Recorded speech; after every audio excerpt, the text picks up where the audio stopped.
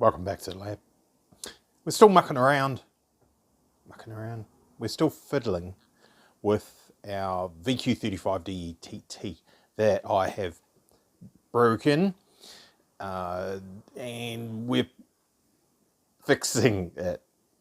This is not supposed to be a motor that will last forever at this point. It's got a couple of things that, yeah, they're not great, but they'll do for now. And what we'll do is we are in the process of getting our hands on a second motor, and that second motor we will take some of the lessons that we've learnt with this one and incorporate them into that one so that we don't break that one, and we'll proceed forward.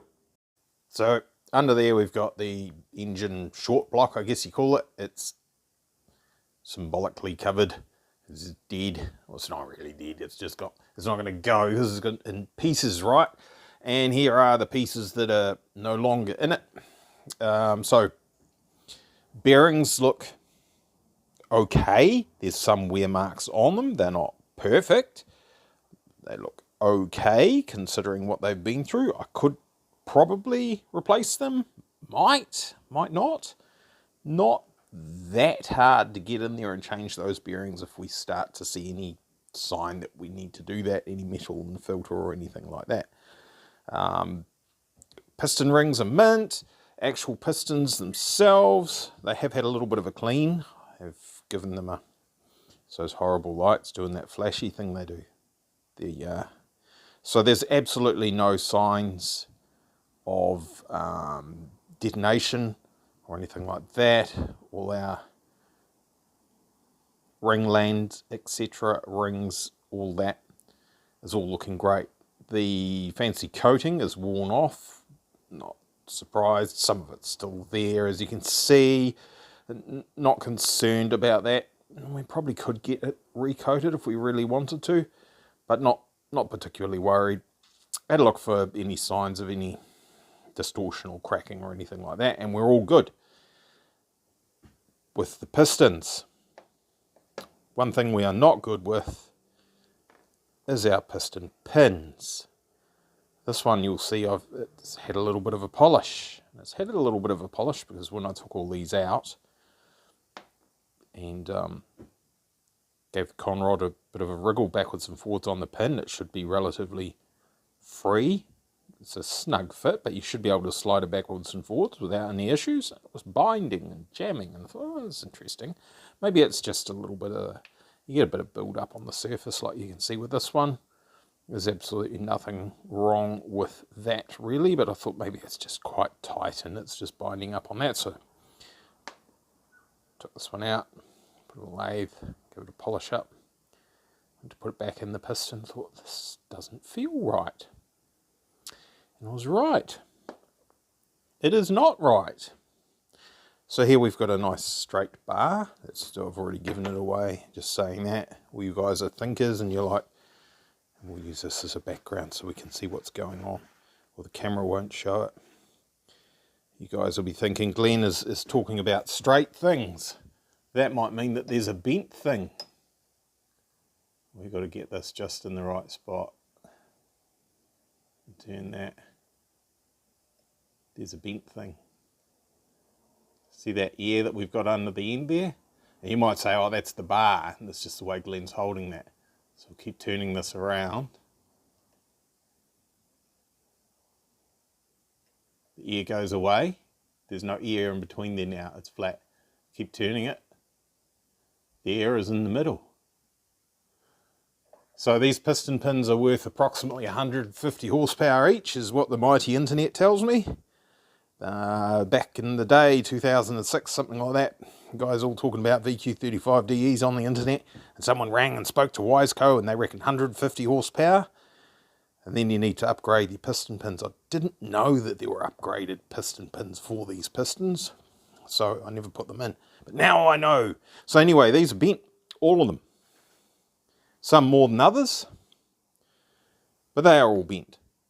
Now originally I'd found this one was the tightest. This is number 5, and number 6 was also a little bit tight, but pretty acceptable. And the rest of them were not tight. They seemed to be okay. So I thought for a moment there. Bit of a panic. Oh, it's all chucked on the ground under the car there. See, I never tidied up this mess, did I? I said I was going to, and I didn't. I thought maybe my plenum design was ramming too much air down in those back two cylinders and actually making them work a little bit harder, and therefore these two were bent, and that's, you know, partially because of that. Could be something to do with that. And then today I thought, oh, I better have a look at all the others and see where we're at, see if we can figure this all out. And like I say, as it turns out, they're all bent. So we're all getting up there, and I'm not going to say that we're making 150 horsepower on each cylinder, but we're getting very close to it. I suspect the engine's 850 horsepower. I will say what we are doing, whether on purpose or not, is we're exposing those piston pins to forces in excess of what they would see at 150 horsepower running normally, happily. So what we might be getting into, we're not getting into detonation. You could see that there would be evidence of that on the pistons and the cylinder heads. You'd see, go and look up a whole heap of videos on detonation and learn how that works. It would look like it had had detonation. For it to damage things like that, you would see evidence of that elsewhere, and we're not. So what we might be getting into is what's called pre-ignition, which is a slightly different thing, because we haven't got very cold plugs, because we can't really get them very easily. I'm looking into sorting that out. We may be basically glow plugging, essentially, with the spark plugs. So they get too hot, there's enough heat retained in them that when you put your fuel air mixture in there and then you start compressing it, it actually ignites before you want it to, and that can actually load the heck out of everything, which head gaskets, funnily enough. I've got a croaky throat there. Let's see by the clock there on the wall. Right there, head gaskets. We know those are broken, worn out. That's one of the things that can do that. What doesn't help those is head lift, and that can happen from pre-ignition. So there's a few things that are all sort of pointing towards possibly a pre-ignition issue. I may have said earlier on, it might be the tune might be a bit optimistic, or it might be the fuel going a bit bad, and it could actually be all three of these things all happening. Pre-ignition, tune just kind of leaning on it a little bit. Would be fine if we didn't have pre-ignition, would be fine if we didn't have fuel that was going a little bit bad. It's kind of one of those things where you have, well, no, you don't want pre-ignition at all, right? But the tune being quite optimistic wouldn't be an issue. The fuel wouldn't be an issue if the tune was. Normally, the tuner that did the tunes, he's normally quite safe with it, I'll say. So he doesn't really hammer them to their limits, but I kind of told him to with this, so it's my bad if there's any issues with it. It was fine before, so I think it's maybe the fuel was going a little bit, which causes our pre-ignition, because the plugs are on the limit of what we can get away with. And then we have this. So I have already talked to Robbie Ward from Rips and Rotorua Import Performance Shop, or something it's called. And he has got some pins that we can use, and they are paid for and on their way, hopefully. So that sorts that. They're going to be heavier because they're thicker wall. These ones that I've got here that are broken, that are bent, are 4mm wall thickness. And what he has is 5.3. So if a mathematician's going to do the maths and tell me how much stronger they are, they will be strong enough to do the job without adding excessive weight. What I intend to do is find out how much weight we are adding to the pin by adding 1.3 wall thickness just on the inside here. It won't be a heck of a lot. And take it off the top of the piston there. I've measured that. I know how much thickness we have there. We can take some of this off here. It won't be a big deal. We might be able to take it from the sides, basically as far as where my thumb is there. Sneak a little bit out of here. We don't want to lose the strength in the piston. We'll pull the weight out of it to lower the compression and rebalance the motor is more important. To get any weight that we add in here, we've got to take that off somewhere or rebalance the motor. So if we take it out of the piston, it'll put things back where they were. As long as it's within a gram, it'll be fine. So we might as well decompress it a touch while we were at it.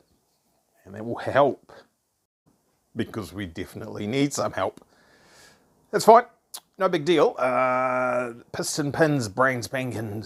I think there's something, it depends whose pins you buy. There's something like $25 to $50 or something. I'm sure you could pay more if you really felt like it. So we got some second handies, so we're not paying that, so that's great. It's not a cost issue. The 11-to-1 pistons that we were running, they are designed for naturally aspirated motors, so if in the future we bust some ringlands or whatever, and anyone's laughing going, Glenn broke his motor, it's like, well, Glenn already knew that probably would happen one day, and don't care, we'll get some custom 10-to-1 pistons made, designed for forced induction. Would do right now, but with all COVID stuff and things, there is a considerable delay on any of that sort of stuff, and it can take a very, very long time, and that's not keen on that, so we'll deal with it later. That's it. That's all for today. Thanks for watching. All right, cheers, bye.